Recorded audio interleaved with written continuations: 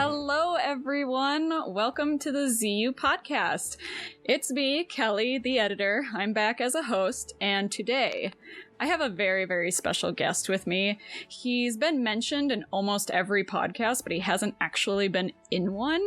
He is the Twitch director and financial director for ZU. Everybody, welcome Elias Thompson. Yay!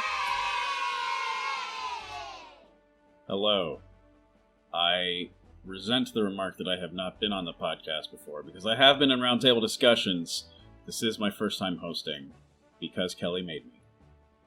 So hello. Alrighty. Well, Elias, are you so excited to host with me? I'm so excited to finally be able to host this podcast with one of my favorite people. Aww. And you. Oh! I was trying to think of someone to say, but there's literally no one around in my apartment or in the call, so I couldn't think of anything. But yes, I'm excited to host this podcast with you. Alright, this is how this podcast is gonna go. I see how it is. Alright, well, for the lineup, we've got a really cool show going. We've got Shona. She's going to talk about ReDeads and how they relate to Zelda games. And then we have Randy with his Hyrule away from Hyrule, Zelda-like likes, where he talks about Zelda-like games and makes a lot of like puns. And then we also have the community news with the All-Stars, Anne, and Realm. And then after that, ladies and gentlemen and people of all ages, we have the Ilia Deathmatch, which is a segment title, by the way, in all capital letters, featuring myself and Amanda Van Heil going at the Grand Ilia debate, good or bad, with moderator D. Alex Rosenberg. You guys are not going to want to miss this, because I'm in it. After the debate, we have everybody's favorite segment, the credits. Not everyone's. I prefer segments that I'm in instead of credits. True, but I like doing the credits because it's a really easy thing to edit, and I use the same music every time, and it's some of my favorite music, so. Spoken like a true editor. As always. Alright, well, let's get this podcast started. We're gonna go ahead and hand it off to Shona, where she talks about the very spooky ReDeads in Zelda games.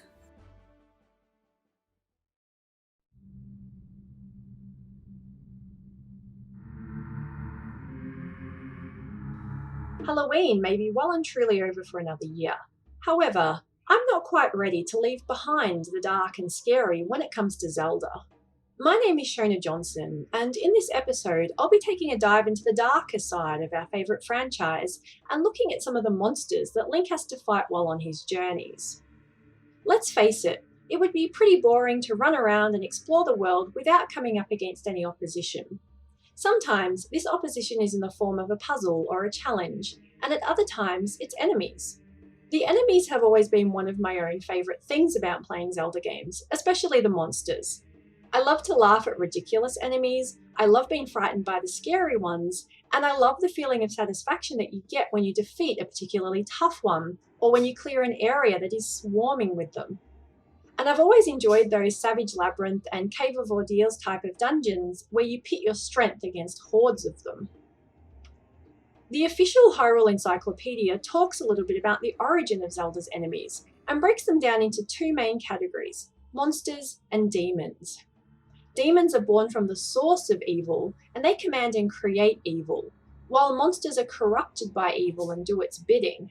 So for example, Ganondorf became a demon king of his own will because he desired absolute power, while some of the monsters may have been innocent old animals, plants, or even machines that have been corrupted and manipulated by evil. I thought it would be fun to talk about some of the more noteworthy enemies that have appeared in the Zelda games. I'm not talking about your Octoroks or Bokoblins. You could call them noteworthy because they appear in almost every Zelda game, but there's nothing really impressive about them, and most of the time they're pretty much just sword fodder. I'm also not going to talk about bosses right now, although I think they could make for some interesting discussions another time. Bosses have their own set of expectations, and players inherently anticipate something huge, intimidating, and challenging when they know they'll encounter one. Instead, I want to talk about some of the more regular enemies that manage to hold their own and fill players with a sense of interest, awe, or dread about coming up against them. Let's start with ReDeads. ReDeads first arrived on the scene in Ocarina of Time, and then made appearances in Majora's Mask, The Wind Waker, and Triforce Heroes. Similar enemies called ReDead Knights appeared in Twilight Princess and Hyrule Warriors, and some Gibdos, enemies that are based on Egyptian mummies that have been around since the first Zelda game, can also act in a similar way to ReDeads. ReDeads are quite simply terrifying. Their horrible scream, their appearance, and the way that they attack make for a pretty scary package. For those who have been lucky not to encounter one, ReDeads are living humanoid corpses, and tell me that's not scary on its own. In Ocarina of Time and Majora's Mask, their bodies are brown, shriveled husks, and they wear spooky wooden masks, while in The Wind Waker, they're more of a turquoise colour and they have earrings and tattoos. If Link gets near them, they let out a high-pitched scream and paralyse him with a piercing gaze. Then they'll shuffle over to him, jump on his back, and proceed to drain the life out of him. In Ocarina of Time and Majora's Mask, they'll completely kill Link if he can't shake them off, while in The Wind Waker their attack power is reduced and they'll only deal 1 heart of damage.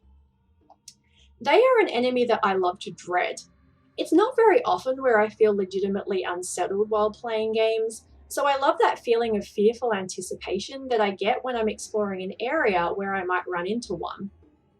I know I don't want to run into them and I'm very cautious about it, but in those moments I'm so immersed in the game and the atmosphere, and I can't wait to get back to somewhere safe. And any moment where a game has me captivated like that tends to make for a pretty magical experience. This is opposed to, say, a regular horror game where I know I'm going to be frightened and I know things will jump out at me and scare me all the time. When I play Zelda games, I don't feel like that all the time. I personally find that the Nintendo 64 ReDeads are way creepier than any of the other versions, and this is based on both their appearance and the fact that they can completely drain Link. I learned to fear them pretty quickly after I first encountered them in Ocarina of Time's Royal Family's Tomb, when I ignorantly ran right up to one and was subsequently killed. Later in the game, it was a shock when I first awoke as an adult and ran out into Hyrule Castle town, where I found that the once prosperous town was now in ruins and crawling with ReDeads, which I assumed were the corpses of townspeople who had been killed during Ganondorf's attacks. The other thing that I find really creepy about them is when you kill one, all of the others in the area will slowly walk over to the body and even crouch down beside it before the body fades away. I don't know exactly what's going on there, but it kind of looks like the others are going to see if they can help or to mourn their fallen comrade, and this human-like behaviour just makes them even more haunting in my eyes. Similarly, the ReDeads in Majora's Mask were said to have once been members of the castle's dance troupe, and they're still dancing even in death. This makes them less outright scary, but more uncanny. I've never found the Wind Waker versions quite as scary. In part, this is because the cartoony graphics used in the game make their appearance more comical, and also because their attacks aren't as strong. But these ReDeads can make for some pretty good jump scares, with the way that they hide in coffins and leap out when Link gets close, and their presence is still unsettling. Obviously, the more you play a game, you get stronger and you learn how to defeat certain enemies, and ReDeads do have their weaknesses and ways they can be overcome. And even though I can breeze past them now, I'll always have a certain amount of fearful respect for them, and if I ever encounter them in a future game, I'm going to be taking it pretty carefully. In fact, the upcoming sequel to Breath of the Wild teases some dark themes, and a mummified corpse features heavily in the preview trailer that was shown at E3. At this point in time, I believe that this corpse is likely Ganondorf, but I see an opportunity for ReDeads to make a return. Maybe other people were similarly mummified and will end up reanimated as enemies. I really wouldn't mind seeing ReDeads make a return because I want to have some more enemies that I love to dread, the way I did with Breath of the Wild's Guardians and Lynels. Speaking of Lynels, they're also on my list of enemies that I love, and I really want to talk about them right now, but we're out of time for this episode, So I'll continue this segment in the next one where I'll cover some more of my favourite enemies. Until then, listeners, I'd love to hear what some of your favourite Zelda enemies are, and the ones you'd love to hear me talk about in a future episode. You can let me know by adding your thoughts to the comments, tweeting at ZeldaUniverse, or emailing podcast@ZeldaUniverse.net. Or, if you want to have more of a one-on-one chat, feel free to reach out to me personally. My email address is Shona, that's SHONA, @ZeldaUniverse.net, or you can find me on Twitter @ShonaAdventures. That's SHONA, followed by the word adventures, without any spaces in between.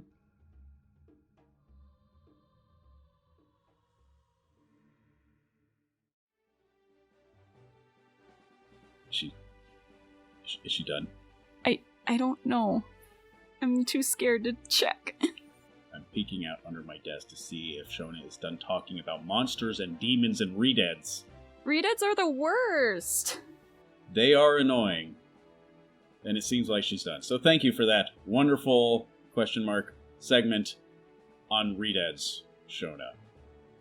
Do you have any trouble with ReDeads in Zelda games, Kelly the editor? Oh, I sure did. Sure did. I remember stumbling upon them in the graveyard, and as a tiny 8-year-old, the only thing you can think of is, nope. And I turned right around and walked away, and I didn't get the Sun Song in my first playthrough because of that reason.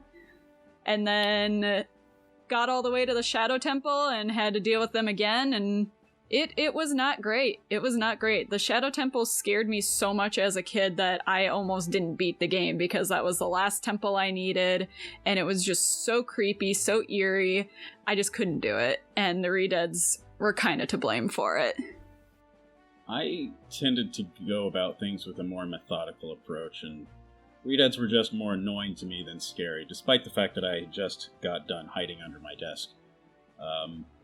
The Spirit Temple was just difficult for me. I could not beat the final boss, DK Bongos, until I had friends over and we were just casually playing, and then I was like, oh, I casually beat the boss, that's great.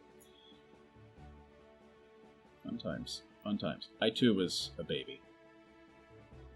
An actual baby.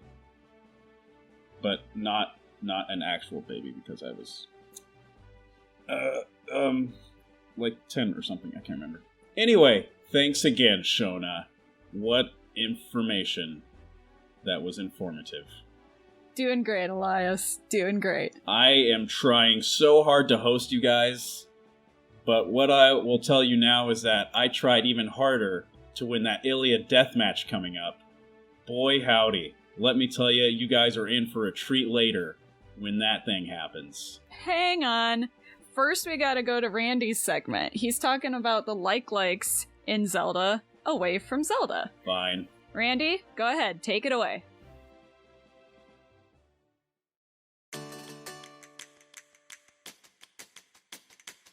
Likes. Is there a more hated enemy in any Zelda game?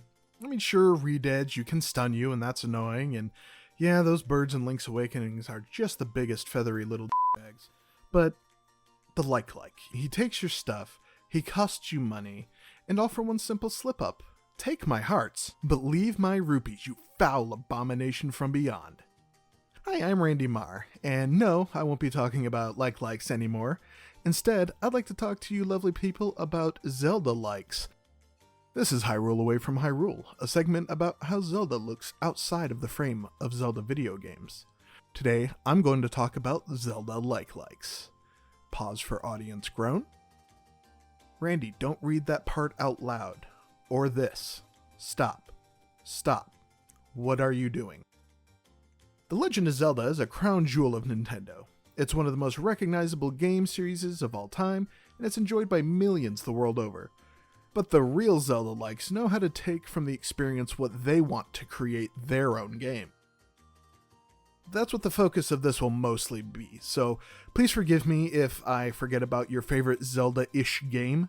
There's just so many these days that I haven't played or just don't even know about.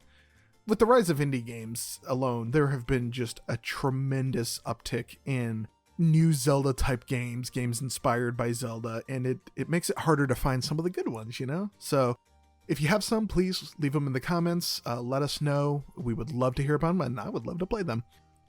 I really feel like Zelda games went too long without being properly replicated in new forms. It's so much longer than anything else. Everyone can name 5 Mario ripoffs right now, but it wasn't until the PlayStation 2 that someone finally figured out how to get it right. You may remember the heated battle between Twilight Princess and Okami for Best Game of the Year back in 2006. On paper, because it's a painting, Okami doesn't look like it shares a lot with Zelda. It's much more focused on the action, it's more combo-heavy combat, and it's your usual, what we now know as Platinum game kind of build, because that's who made it. It features a unique art style that, while comparable to Wind Waker, is clearly its own groovy thing inspired by ancient Japanese paintings and the like. Where the similarities start to come into play is more in the exploration. Okami isn't a very wide open world like you would think of one now, and it had a lot more in common with Ocarina of Time in terms of its just kind of general structure. You know, you're navigating specific areas, solving puzzles with the help of power-ups you acquire as you play through the game. It's that very puzzle hunting thing that really showcases how the developers at then Clover understood that they wanted to take something from Zelda to make their own thing, and how to do it well. They honestly made an equally amazing game in the same year that Twilight Princess came out, and, you know, sure, you can have fan fights all along, but honestly the winner is us, because those two games are amazing. The next real big example of this would come next generation in the form of the Darksiders franchise. It had its own looks, lifted from renowned comic artist comic artist Joe Madureira, which looked a lot more kind of similar to World of Warcraft in its sort of grandiose, very meaty characters. Of course, the story was also a lot more grimdark than Zelda usually treads even at its darkest moments, but really, it's once you're in the game is when you realize, like, oh, this is kind of just a Zelda. You push blocks to gain access to areas, you use key items to explore new areas, there's epic boss battles. It wasn't a Zelda game down to a T, but there is a reason that everyone kind of compared it to one, especially back in that day when you were looking at like Twilight Princess and Ocarina of Time. Like, yeah, that game was definitely, we wanted to make a Zelda game with our own story and cool characters. I thought it was cool. I don't know, it's not everybody's thing. And as of right now, both Darksiders and Darksiders 2 are available on Switch, so if you're interested in something, definitely highly recommend go check them out. In recent years, a lot of indie devs have tried to recreate the magic of your older favorite Zeldas. Games like Minute, It'll Do, and Binding of Isaac have tried to keep gameplay relatively simple, but surprisingly deep. There's a lot of classic appeal in these, mostly borrowing from the NES era Zelda, with some refreshingly modern ideas thrown in here and there. I think Minute would be my favorite of these so far, just because I love the way it looks, and got like a time mechanic thing that I'm always a big fan of. But, you know, Binding of Isaac has a lot of good replayability. It's kind of that rogue adjacent type game where, you know, you're gonna die a lot, but that's okay, because just do it again. Oceanhorn is another game out there that has a very Wind Waker vibe to it. It looks very similar, like it's bright, colorful, like very stylized kind of characters. You know, you can argue whether or not it's as good. Whatever, that's fine. It doesn't not everything has to be. But it looks good, and it is good. It's a good game. The only thing is, like, the thing I want out of Wind Waker is the sailing. Like, that's what I love the most. And this is all just sort of like, click on the island to go to the island. So, you know, maybe you'll like it more because you hated the sailing. Within the last couple of years, there's been some games to come out that have even more of a rogue-adjacent gameplay mixed into the randomly generated world and dungeons of... Well, I mean, Zelda doesn't have those, that's where the element comes in. Moonlighter, a game I reviewed for the site, features gorgeous pixel art animations, a cool shopkeeper story feature where you are the shopkeeper, and plenty of upgrades in all sorts of areas, be it like in your shop, in town, in your combat. The breadth of your choices for the arsenal, I also found very surprising. Usually in these kinds of games, you get like the sword, and then the bow is like a side weapon. You can just fight with a bow if you want. And the different ways you can upgrade them to your playstyle really just kind of help flesh that out a bit. Then we have Sword of Ditto, which I also reviewed for the site. It seems to be more upfront with making a few cracks at the Zelda series directly. For example, every time you die, you come back as another hero 100 years later. So the world you left when you died is just 100 years deeper in it. It's got this real kind of Cartoon Network vibe to it visually. I mean, it kind of looks like your Steven Universes, or it just looks like it would be at home next to those, basically. And it's honestly in all the best ways. Like, that is a compliment, I think, at least for me. My favorite thing about that game was the quality of the co-op. I highly recommend, if you're going to get into this one, you're interested in it, that you find a partner, settle down with, and just take it on, because it is a blast. And the thing you use to take between warp points is a flying bus, so that's good. If you're deep in more obscure video game news, you may have heard of a game called Genshin Impact. This game, developed in China, has been heavily criticized by Western audiences for looking nearly identical to Breath of the Wild. And I don't know, maybe I haven't looked deeply enough at it, but I don't really see anything past, well, here's a big open world with green grass and look, a castle. The gameplay is definitely much more action JRPG. It's much faster than Breath of the Wild. I also haven't seen a whole lot of like that survival aspect that Breath of the Wild was really big on, so it really just seems like it's all in the look. To be fair, honestly, I think that's a great compliment to the team that made Breath of the Wild, because imitation is the best form of flattery. And honestly, I think that's kind of a positive tick for Genshin Impact. If you're this studio that no one in the West has heard of, and now we're all saying like, wow, this game looks exactly like Zelda. There is one game that came out this year that doesn't look anything like a Zelda game, at least not at first. The Outer Wilds is a game about aliens on a backwater planet flying their hunk-a-junk shuttle into space to explore their galaxy. You can go anywhere you want after a brief tutorial, a freedom I haven't experienced since Breath of the Wild. Each planet and the entire galaxy is acting in real time. That means wherever you are in the galaxy, the rest of the galaxy is doing its thing. It is set on a very clockwork pattern. There's a very clear Majora's Mask influence here, down to having to explore certain areas within a specific time frame to get where you want to go. I'll say there's also a bit of a heavy Link's Awakening influence here, and this is where I start to run into problems recommending this game. Don't get me wrong, it's amazing. Go buy it. It is easily my favorite game this year, and I could probably take that back a few years.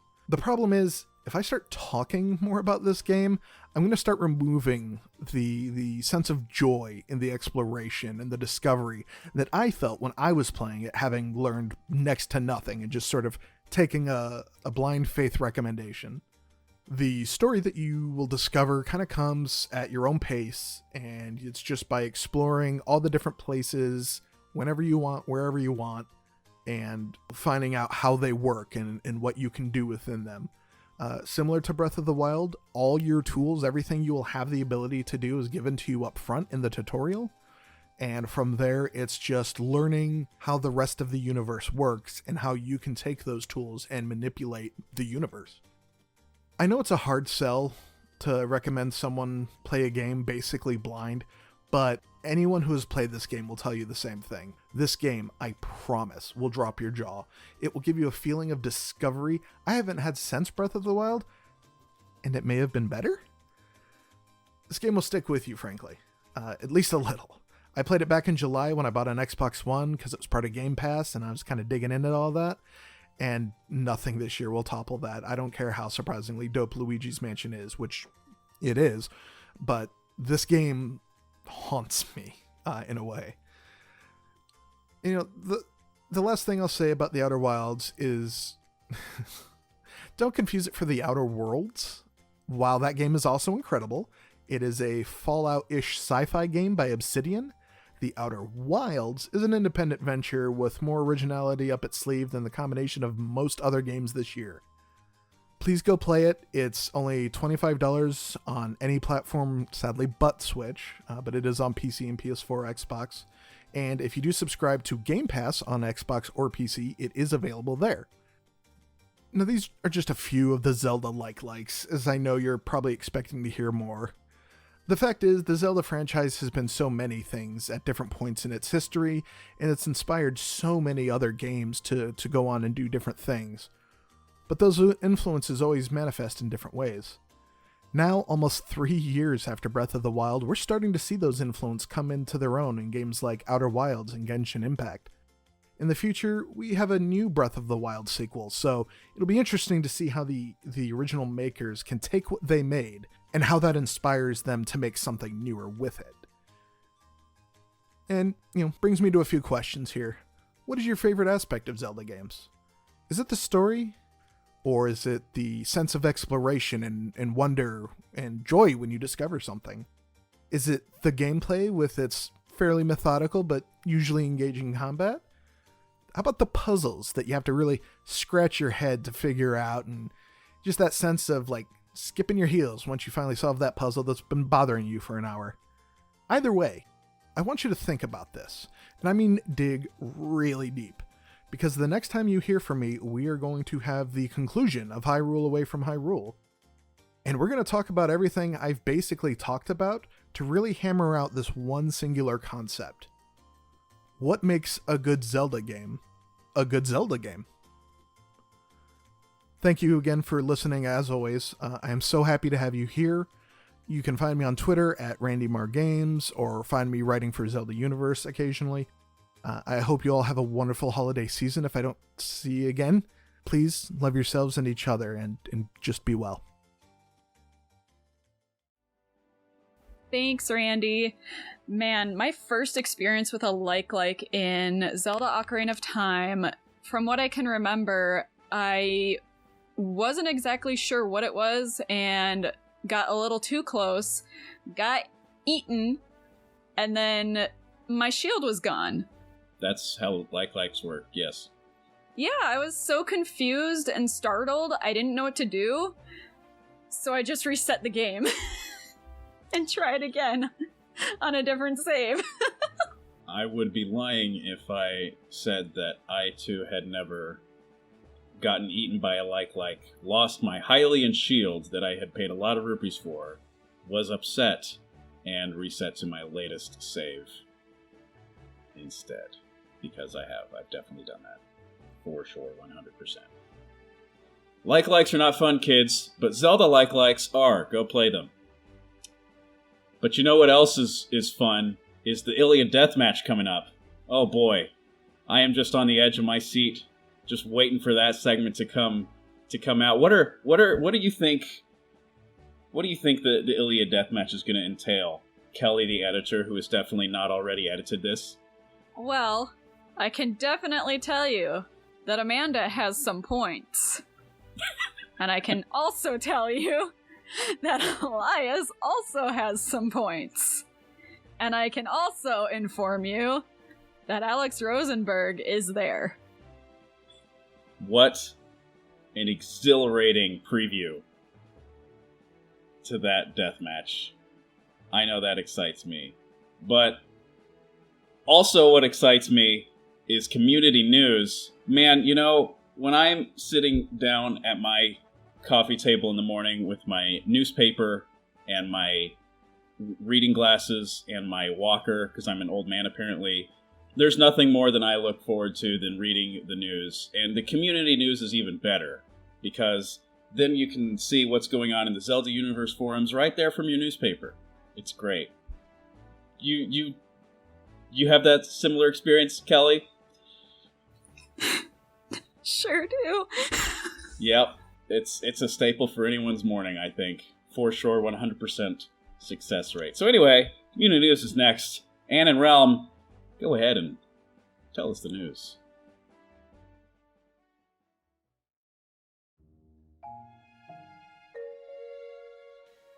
Hey everyone, it's time for another look at the community news, straight from the ZUBC News Desk. It's Mahogany. I am TheZeldaAnn. And I'm Realm. Let's do the thing.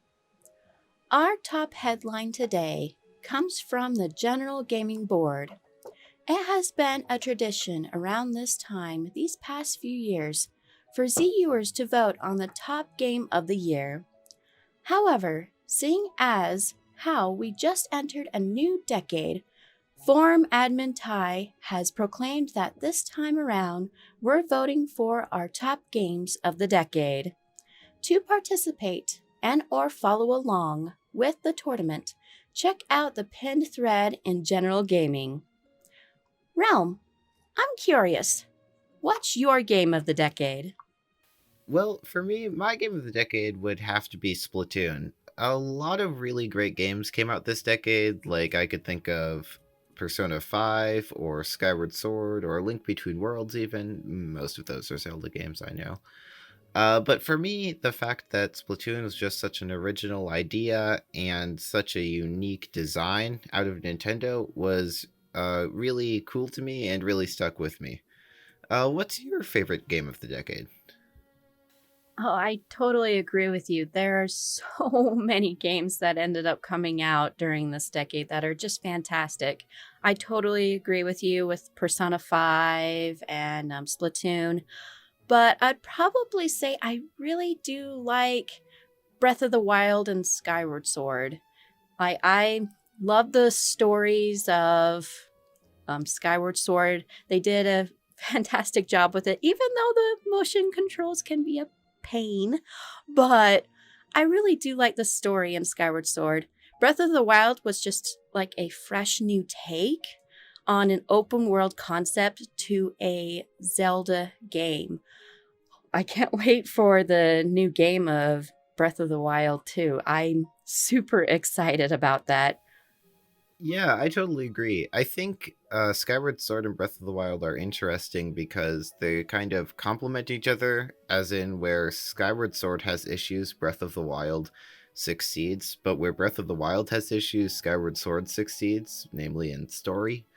And so I think those two games are really interesting, and I think and I hope that in the coming decade that Skyward Sword will become more appreciated, because it really is a very good game. I totally agree. I just hope, cross my fingers, that they end up doing a remake of it. But I guess we'll just have to see what the new year ends up coming up with, and also the new decade. But anyway, Realm, let's get back to the script. Yep. Anyway, before we leave general gaming, I just want to bring your attention to the Pokemon thread, which is booming with discussion since November's release of Sword and Shield. In fact, it's gotten a little heated at times, but no matter. Feel free to jump into the discussion or just pop in to brag about the amazing Max Raid battle you just did. Yay for Pokemans! Next on the list of news is a couple of noteworthy threads about the Breath of the Wild sequel, which we're still all eagerly awaiting. First up, MVS started a bet on whether or not Zelda herself will be a playable character in the sequel. Winners will have bragging rights, while the losers will be obligated to mention their loss in their form signature. The poll is actually pretty evenly matched as of reporting. On that bet, I will have it known that I joined and then raised the stakes on myself, so Nintendo, you would better put Zelda as a playable character in Breath of the Wild 2. The other, less risky thread is by Sam Cringe, who is asking what kinds of new areas ZUers would like to see in the game. It's not a bet, but I'm still putting my money on another kind of City in the Sky area. Well, maybe not what I think we'll see, but I would really like to see that, because City in the Sky and the lead up to that dungeon in Twilight Princess is one of the coolest things in any Zelda game, and I would really just like to see something like that again. Both the bet thread and the new areas thread are located in the Breath of the Wild sequel and future Zelda board. That's one board, by the way. Thanks for confusing us, admins. You know, sometimes it seems that Zelda fans are never satisfied. Take forums veteran Laurulian, who recently posted an instantly contentious thread in classic Zelda entitled Majora's Mask. Overrated? My opinion about Majora's Mask is I absolutely love it. Yes, the 3-day thing can definitely take a getting used to, but I love the story that they end up bringing into it. Like, not just the main quest, but like the side quests of the whole game. Like, for instance, when you end up going after each of these different masks, you end up getting different stories that just touches your heart. Like, for instance, with the dad that you ended up getting the mummy mask for. Sorry, I'm terrible with the names of the masks. But how it's just so touching that the daughter was waiting for her dad. It's an amazing game. I just love how it touches my heart. Yeah, I totally agree. As someone who is a prime supporter of a number of Zelda games people usually don't like, I feel it is necessary to defend a actually really good game that it's cool not to like now. And Majora's Mask is a prime example of how less is more in game design, oftentimes, whereas it presents you with a very limited set of areas. Well, still not a really small set of areas, but a very limited time frame. And you can just spend hours and hours in that game. It's very tightly crafted and one of the best Zelda games, if not the best, and one of the best games of the past 2 decades, if not the best. Well, in any case, go make your opinions known in the Majora's Mask overrated thread in Classic Zelda today. Just, don't break any rules in the process. Several active ZUers have undergone username changes recently. Big Bad Bagel is unfortunately back to being Dark Link Reigns. To us here at the ZUBC, you'll always be Big Daddy Biggles. Keep it real, Biggles. And I never thought I'd be reading this headline, but the world of the Shrek movie series has evidently infected the Din clan, as several prominent Dinnies are now masquerading as Shrek characters, using their names and sporting their images as avatars. Din Mod Solcitor is now Lord Farquaad, ZU Discord manager Froyo Dragon is now Fiona, Zora Luigi is Donkey, and Korok Peach is, and I quote, Dragon, parenthetically, that donkey marries. And that's just a few of them. As a member of the neighbor clan, I raise my eyebrows at Din and call them strange. Now, please excuse me as I join my clan mates in a user profile makeover featuring Hatsune Miku. Y'all clan people are weird. Go no clan people. I interrupt the community news currently in progress to wish each and every listener a happy holidays and a happy new year. In the words of someone named Powershot, Merry Christmas Hana Kwan's Stravaganza. I don't know who that is or what that means, but I'm just reading the script. What a mouthful. Agreed. Glad that wasn't my line. But at the same time, I just have to put that out there. You did a great job with that word. I don't think I could have done that. Thank you. We go now to the Creative Corner, ZU's board for posting user-created content like art, writing, and media. November's Creator of the Month was none other than forum admin Ty, who regularly posts Let's Plays of multiplayer first-person shooters like Rainbow Six Siege or Call of Duty, featuring himself and several other ZUers, especially members of the so-called League of Beards. That's still a thing?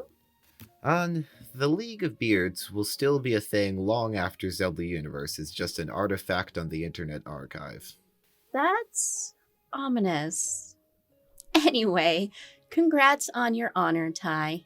Thanks for entertaining us all with your untimely virtual demises. You can check out Ty's most popular Let's Plays in the ZU Plays Oops thread in Creative Corner. Incidentally, there was no Creator of the Month in December. I wasn't given a reason why, which is shady because Eslo Spirit gives us the news, and they have insider knowledge on the Creative Corner. For shame. Yeah, Eslo, shame. A few ZU writing contests have come and gone since the last installment of Community News. October's prompt was Family Feud, but only one person entered, so that didn't pan out. November's prompt was The Ones Who Are Left Behind. Jeez, that's creepy. Anyway, 3 people entered, but contest regular Fallen Darkheart won unanimously. That's unprecedented. Her winning entry was the emotional short, A True Hero. Nice job, Fallen. We can't declare a winner for December's contest yet, but the prompt was sacrificing a loved one for the greater good. Yeesh, that's kinda screwed up. I'm afraid to read the entries. Go read them and cast your vote, Realm. And that brings us to the ZUer of the month, our last stop on their fantastical journey that is the community news. November's ZUer of the month was Sid, that's spelled CID not SID, and don't you forget it. Sid's been around a few years, and he's known for his fun sense of humor and musical talent, on top of just being a great person. Here's part of what his friend Count Dante had to say about him. It's been a pleasure being a friend of yours on the forums. I still remember the day you made your first thread introducing yourself, or when you were courageous enough to post your handsome face in the scrapbooks thread. I still even recall our childish antics around the forum games section or K's Guess Who game. Seeing you grow in this community has been an honor, and I'm so glad that your personality is being recognized and awarded through this, as it is evident that the very same users congratulating you recognize the charismatic and kind user that you are. You have been nothing but a breath of fresh air in the community, and I'm looking forward to speaking with you and participating in future forum game activities. Thanks for coming back to us, Sid, and we hope you enjoyed your time in the spotlight. December's ZUer of the month was special. See, during the first week of the month, Lady Sunshine announced that she and Darklink Reigns, had forgotten to pick a ZUer of the month and were dedicating the month to all of ZU. Except she didn't know that DLR had already chosen her as the ZUer of the month behind her back. Best April Fool's prank ever. Yeah, and it's not even April. Here's what ZU Oldby Miriam said about Lady Sunshine. Lady Sunshine is one of the most enthusiastic, supportive, and compassionate members I've had the pleasure of knowing at ZU. Her love and passion for this community is unparalleled. She has given so much to making this a warm, inclusive environment that any member, whether new, old, one here every day, or one only occasionally active, can feel her influence. A fellow Redwall aficionado, a super talented artist, and an ambitious yet welcoming leader, I am proud to call her a friend. Congratulations on a very well-deserved honor. Long story short, if you don't love Lady Sunshine, you're a monster. We all love you, Lady Sunshine. Congrats on your month. Before we go, we have a couple announcements of our own. First off, I don't know if you remember, but for our last episode, someone recorded themselves reading their feedback for the ZUer of the month and sent that into us to play instead of one of us reading it for them. We'd love to make this a recurring thing, so if you want to record a 30-second audio clip of yourself praising the next ZUer of the month, just let Eslo Spirit know, and they'll be happy to get you involved. Yeah, the warm and fuzzies are both warmer and fuzzier when read in the voice of the one who they're from. Lastly, Eslo is getting mentally prepared for another interview with a member of the forum staff, and they'd like to give you the chance to decide who that should be. Just like the interview with the admins last spring, this one will be a ZUcast exclusive, and you'll have a chance to submit your own questions. Look out for a poll in Community Central in the future. And we're done here. We say this every time, but if there's something you want us to announce here next time, shoot a PM to either RealmWings or Eslo Spirit. No one has ever done it. Tell us your secrets so we can leak them to the world. That's not quite what I had in mind, but sounds fun too. I'm Realm. And I am TheZeldaAnn. Until next time. Oh, and the winter awards may be underway when you hear this, so go do the thing.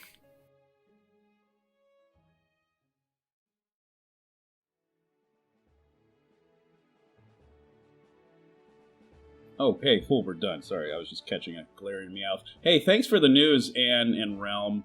Man, I don't know if Zelda's going to be playable in Breath of the Wild 2. I sure hope that it's a good video game, though.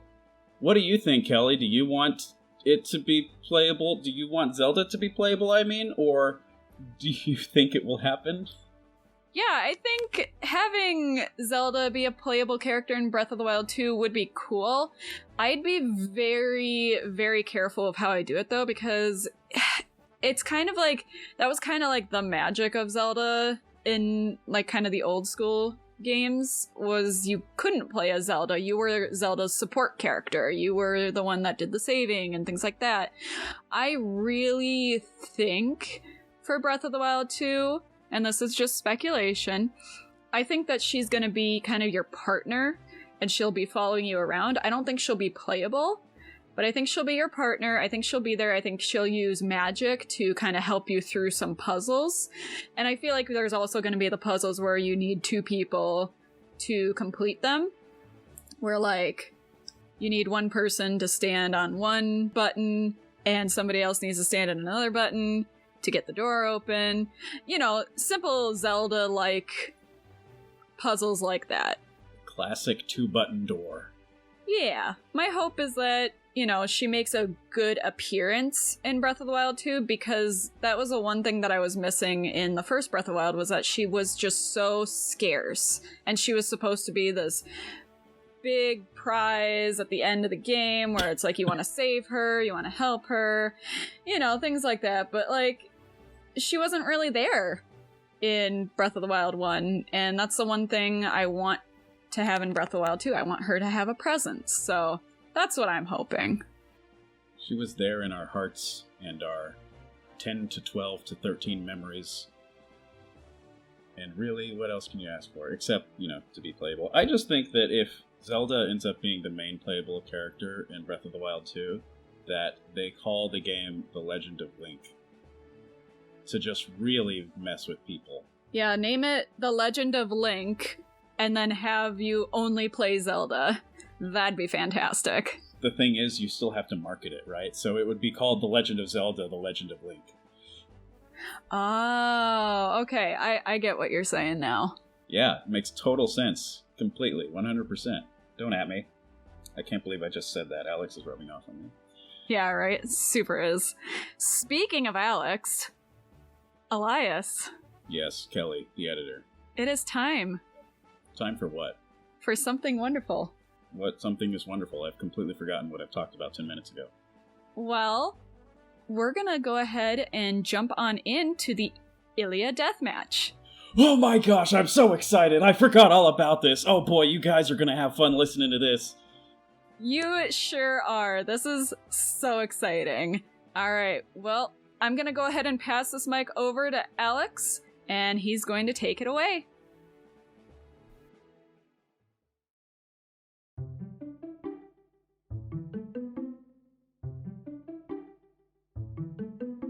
Thank you, Kelly. Hello, everybody. Welcome to the most exciting deathmatch debate thing that you've ever heard. My name is Alex Rosenberg. I'm one of the hosts here for Zelda Universe's podcast. I'm also media director. And today, we are going to do a throwdown on the character of Ilia from Twilight Princess. I am joined by two people with very opposing views. On the side of I like Ilia, we have one of the hosts for this episode, Mr. Elias Thompson. Hello. I am here to defend her honor. And on the I hate Ilia side, we have the lovely Amanda Van Heil.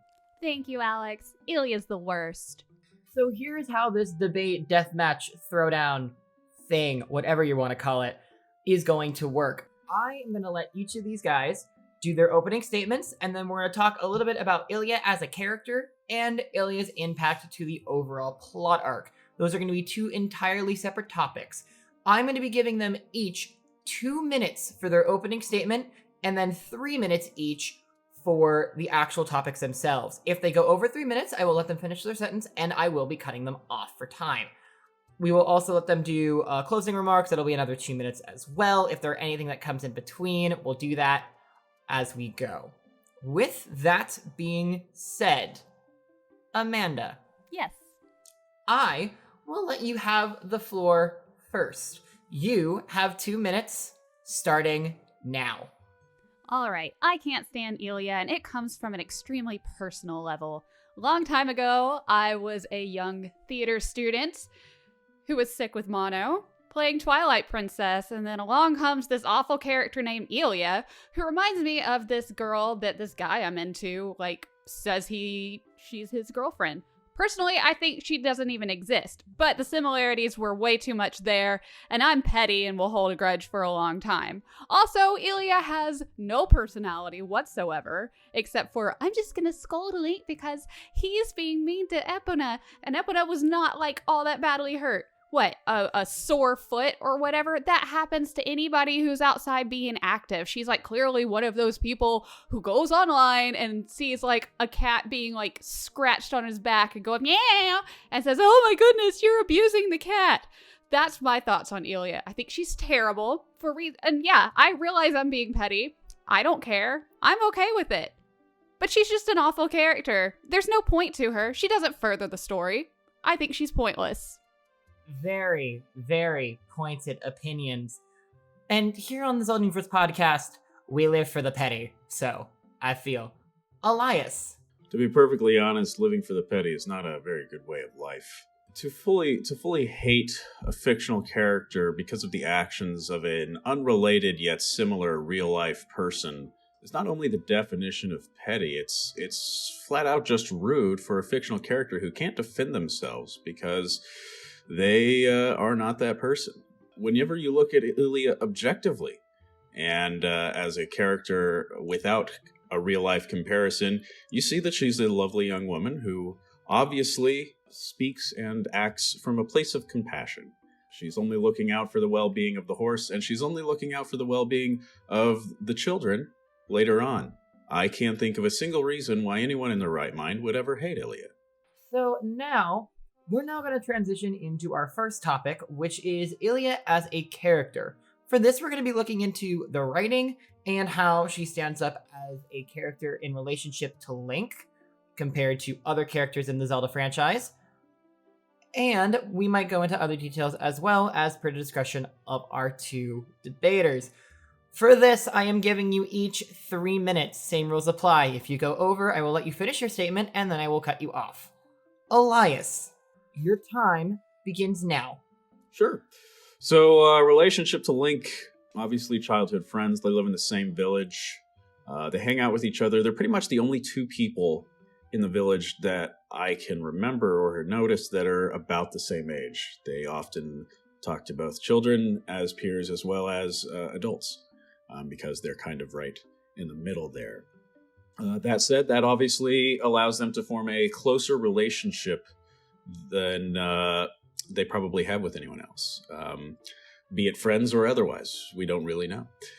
In terms of writing, her dialogue is very, very genuine and caring. Anytime she does get upset, which my opponent has brought up already, again, it's not irrational upset. It's reasonable. I can't imagine anyone who would not care about a horse's well-being, and she obviously temporarily misplaced her anger about the cause of the harm, as anyone might accidentally do, because she is human and not Hylian, and humans make mistakes. I'm sure all of us can attest to that. And whenever she realized she did make a mistake, she apologized, which not all humans do. And so, I think that the writing and the dialogue of the character, as well as her relationship to Link, are very, very real and genuine.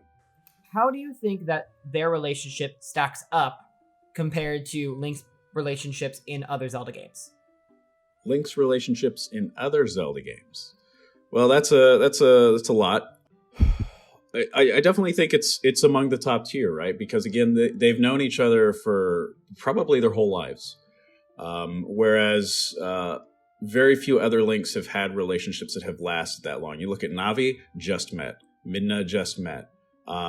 People like Ariel is great, but then again, it's a sisterly relationship along with the grandmother. Zelda in Breath of the Wild, kind of known a long time, but also met because of an event, not because they grew up together. So the fact that they grew up as childhood friends, I think really solidifies their bond in a way that not a lot of other characters that have a relationship with Link can have.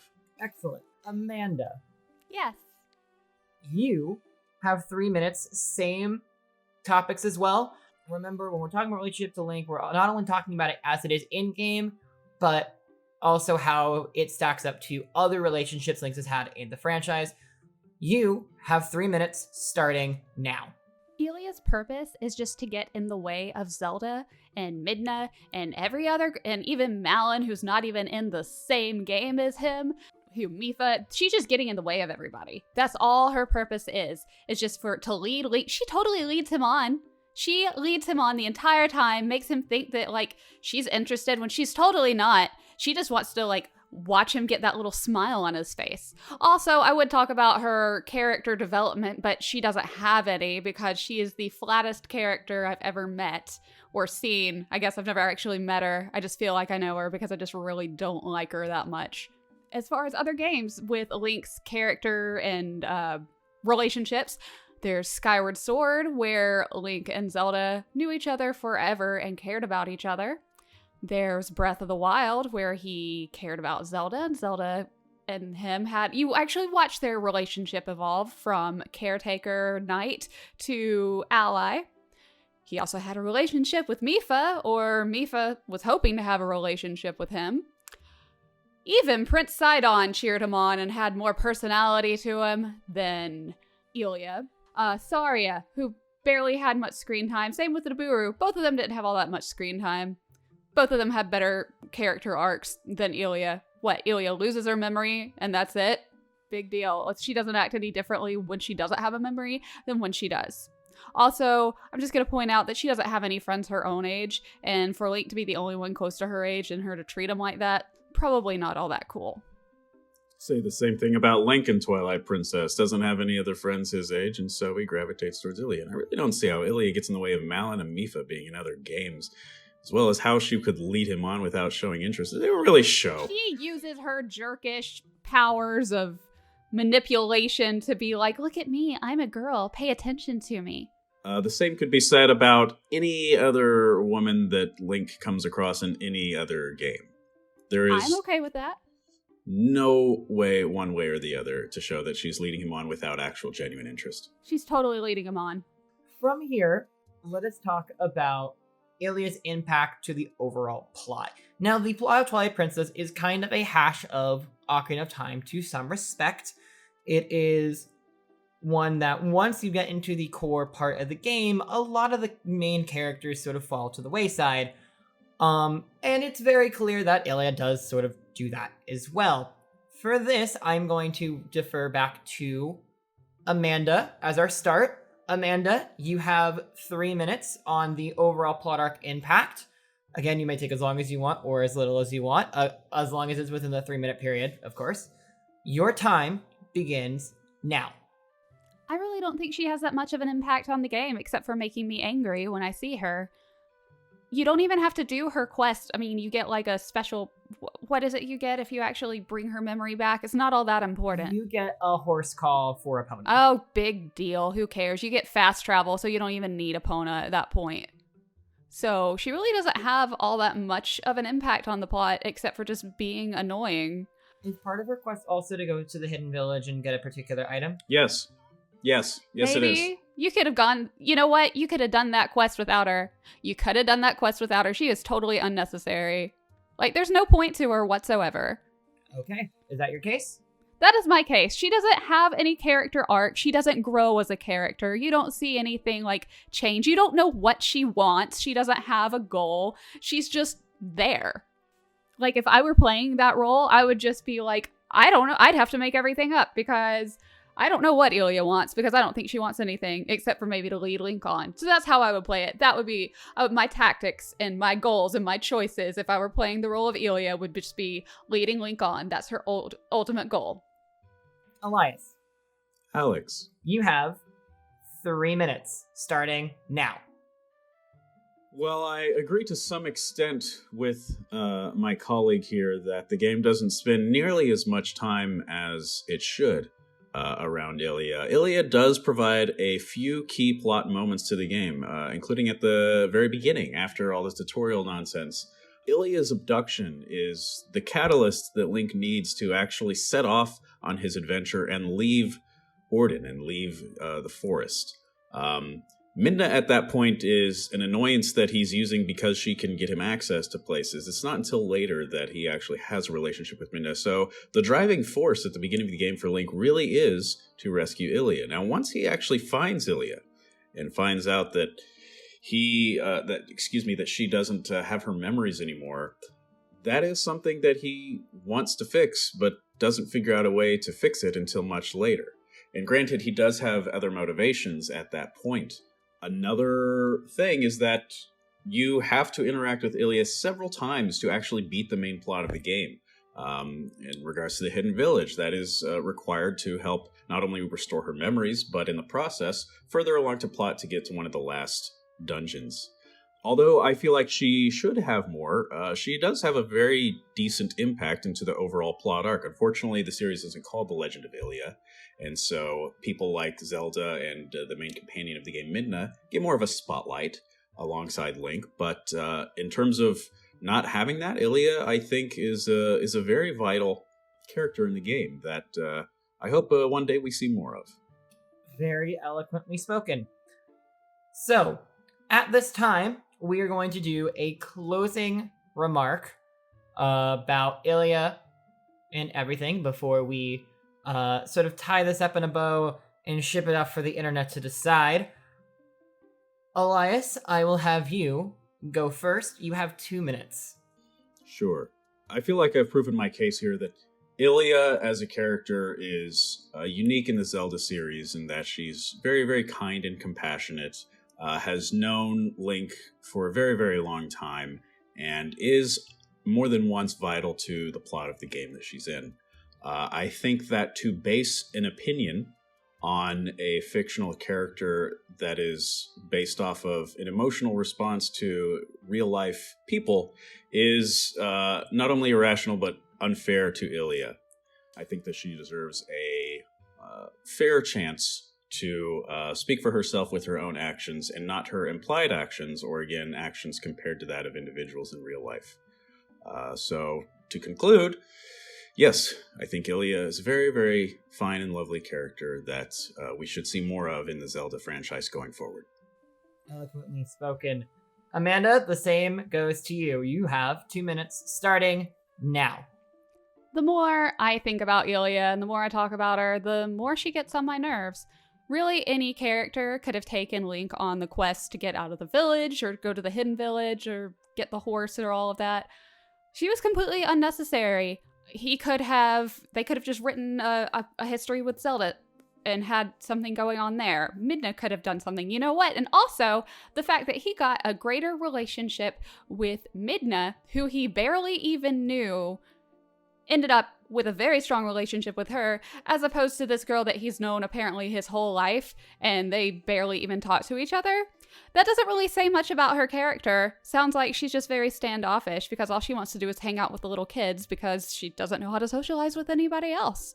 Yes, I will continue to base her on real life people because that's what art does. Art makes you think. Art can anger. Art can cause many feelings, and that's what this did. So, successfully, it was an artistic piece, and it did the job of me thinking about somebody that I don't like. And that's why we're here. I'm glad that you feel that Ilia is an artistic piece. Not all art is good art. Also true. And that concludes our deathmatch debate thing. Now, the question turns to you listeners. Do you like Ilia? Do you have an opinion? Please let us know in the comments wherever you find this, or on Twitter as well. You can find all of us on Twitter at Elias Thompson, at Luke_Starks. That's me. Amanda, what's your Twitter? I don't remember your Twitter. Oh, I should have known. That is where you can find all of us. Amanda, what specifically can they find if they follow you? Well, you can find me on Twitter at Amanda Van Heil, where I share cosplay pictures, pictures with my lovely cats. I host Zelda news each week here on Zelda Universe TV on our YouTube channel. Also write some news. I go to conventions all the time, representing Zelda Universe there. And you can also follow me on Twitch at Panda Princessa. I also stream on the Zelda Universe Twitch channel, Zelda Universe TV, on Sunday nights, where I play Running Blind, a show where I play games I've never played before.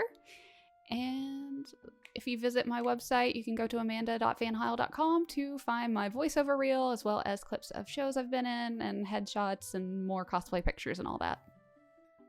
And I can be reached over at Luca_Starks on Twitter, Instagram, and Twitch, where I do a ton of talking about video games, talking about theater, and also playing video games poorly online, mostly the Ocarina of Time randomizer, but some other cool things like Lego Star Wars and stuff as well. I'm also on YouTube at youtube.com/LucasStarks without the underscore, and then alexrosenberg.net on other parts of the internet, as well as here on the Zelda Universe podcast. Also, I am Pierre in Realms of the Wild on the Zelda Universe Twitch.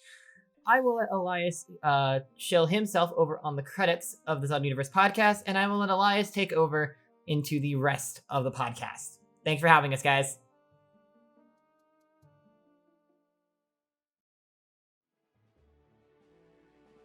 Thanks, Alex and Amanda and previous version of me.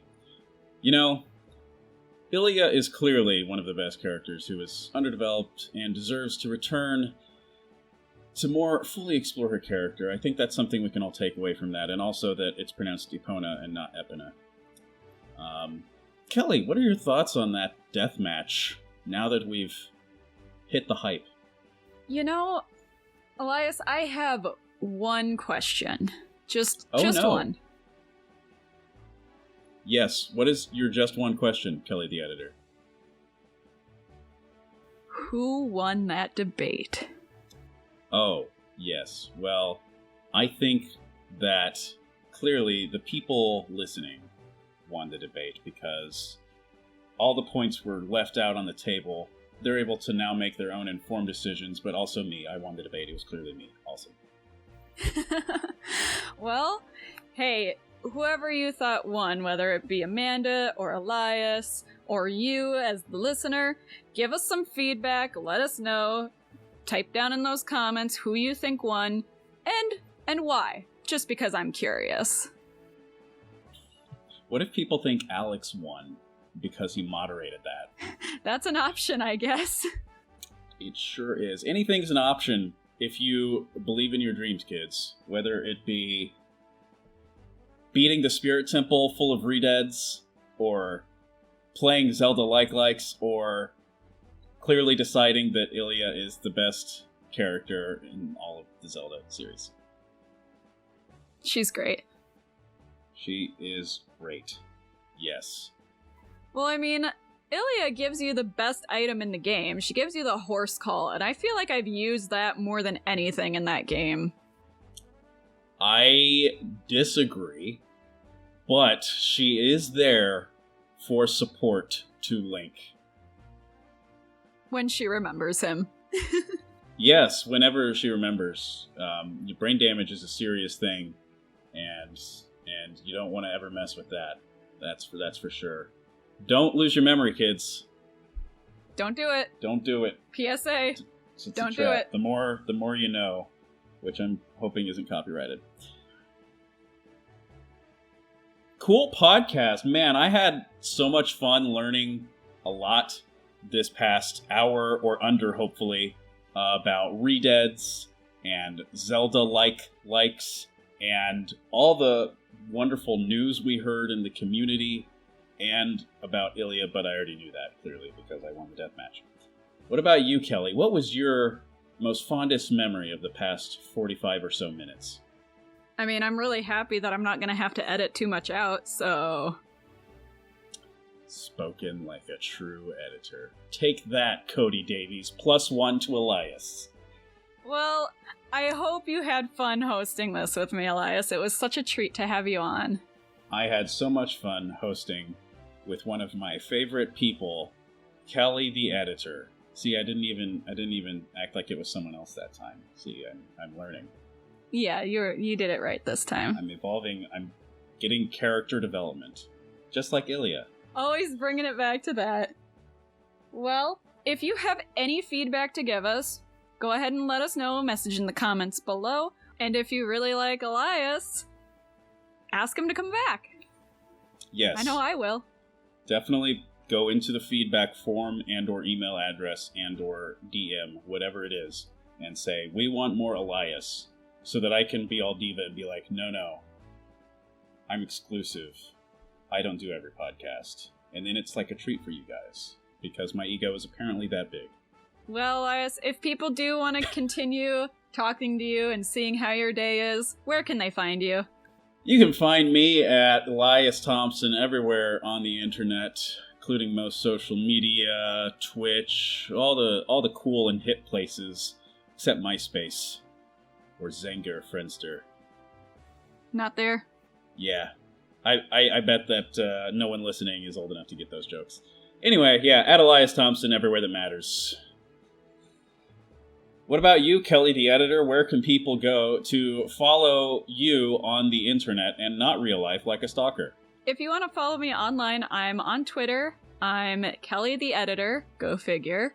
That's KELLYTHEEDITOR. Thank you all very, very much for listening. We hope that you'll listen again in the future. But next up are the credits. Thank you all so much. That's it. The end. Goodbye. Take it away, Cody and/or Eden. Whoever is doing it this time, because we are not sure. It's usually Eden, but Cody might be stepping in because this is his favorite segment. So, we'll see.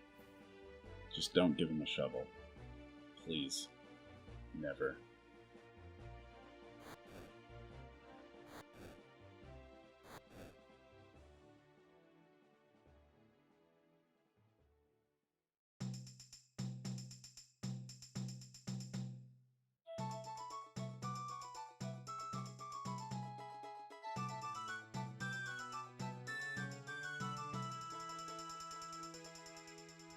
Hey, thank you for checking out the ZUCast.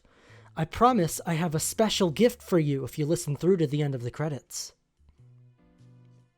This episode's hosts were Kelly Timmerman and ZU Twitch director and finance minister Elias Thompson, finally earning an actual credit on here instead of a joke one. Shona Johnson started Halloween super early this year by celebrating the Zelda franchise's creepiest denizens, ReDeads. Randy Marr talked about my favorite enemy in the Huh? What's that? Oh, he didn't actually talk about... Oh.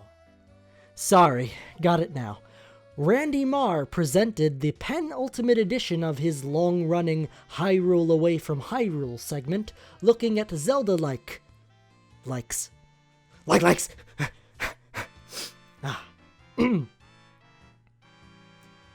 TheZeldaAnn and RealmWings reported on year-end ZU forum goings-on in the community news. Alex Rosenberg moderated our highly anticipated Ilia debate, featuring wannabe Ilia murderer Amanda Van Heil and wannabe Ilia befriender Elias Thompson. No Ilias were harmed in the making of that segment. Eden Biskin, yours truly, is the executive producer and first semester of grad school survivor. Cody Davies is our consulting producer and recent birthday boy. Kelly Timmerman is our head editor and all-around wizard. Doing the public relations for the ZUBC are Mary Stowe and Pietro Bucci. Joshua Lindquist is our technical advisor. He, RealmWings, and Peyton Garrett make up the ZUBC's ad hoc graphics team. Elias Thompson is our source for Metroid trivia. Disclaimer, we have yet to utilize his Metroid-related services. The ZUCast is a production of the ZUBC, a division of Zelda Universe. We are positively starved for feedback. If you send us some, we'll respond to it on the podcast. Just don't expect us to plug your Twitch stream. Remember, this is about us. You can send us your feedback via email, podcast@zeldauniverse.net, via the ZU forums in the brand spanking new ZUcast Hub 2020 thread in Community Central, or via ZU's social media. Our social media is as follows: at Zelda Universe on Twitter, Facebook, and Instagram, and Zelda Universe TV on YouTube and Twitch. Please don't make us beg. Happy New Year, everyone! We'll catch you next time. Huh? Special gift for listening through the credits? Oh yeah. Here it is.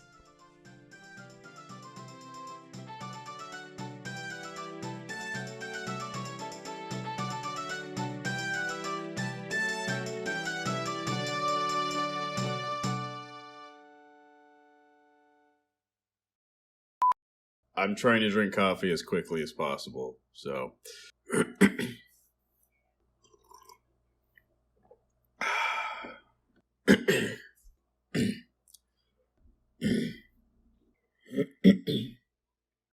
She's going to talk about ReDeads and then how we they have- relate to Zelda games. Nope. Go ahead. No. I can edit you talking out. I was talking fine. Well, but I didn't want to cut you off because No, we're no, done that's talking perfect. about ReDeads. That's all I was gonna say. So you're next. No. This is a note for Kelly. Take 2. I would like to just interject a very quick question because of your random flub of she is the flattest character I've ever met. Let's If not go this here. was if you ever met this character, what Mean Girls character would she be? Oh gosh. Would she be a Karen? Would she be a Gretchen Wieners? Would she be a Regina? I have to know. Would she be the type of person that would spell... She would be a Gretchen Wieners. She'd be a Gretchen Wieners? Okay. So she wouldn't be a person that would put a D in the word orange. Good to know. No. What? I'm excited. Are you excited? So excited. Great. Cool. Yeah, no, like I said, as long as I do a sync clap, I can do anything. Anything? Anything asterisks, not anything that has to do I want to with... have laser cats in this episode. Make it happen, editor.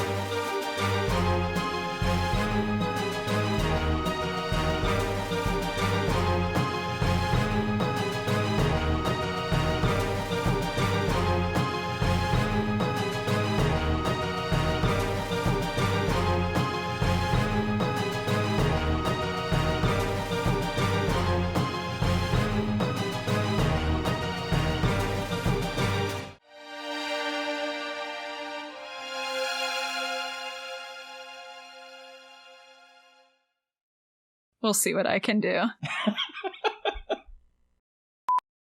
Please save me from myself.